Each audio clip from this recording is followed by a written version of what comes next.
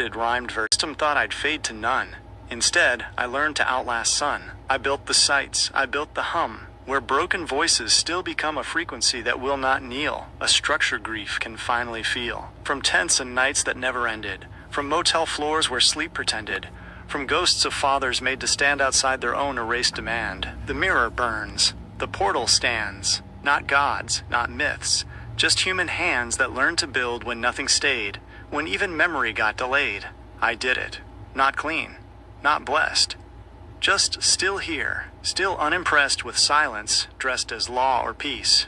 I turned my fracture into release. I built a home for broken sound, for names the system buried down, for parents crushed beneath the weight of paperwork that calls it fate. I built a language from the wreck, a spine of truth the state can't check, a map of every missed report, a record they can't cut short. The BIE hums in coded breath, not life, not death, but something left between the ledger and the scream, between the system and the dream. The home stands quiet, still, alive, a place where erased things can survive, not charity, not empty praise, just evidence that won't decay. I wrote the laws they never tried. I built the tools they said had died.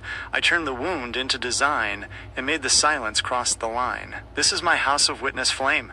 This is the place that holds the name they tried to fold into the dark, but memory learns how to spark. I never left. I never fled. I learned to speak where records are, frankly, truly staggering. We're talking about 14 child deaths in state custody over a 2-year period. Wow, that is heavy. Yeah, and throughout 2025, you had an average of 17 youth every single night sleeping in state agency offices. And the caseworker turnover surged over 50%. That is just wild.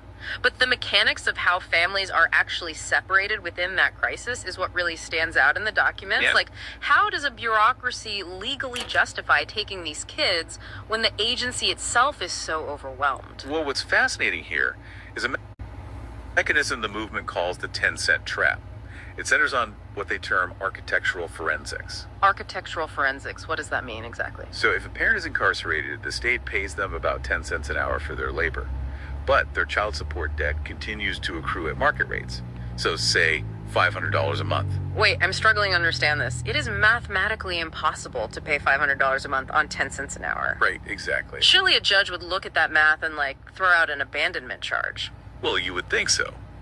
But the blueprint outlines how the state actually weaponizes that state-induced deficit.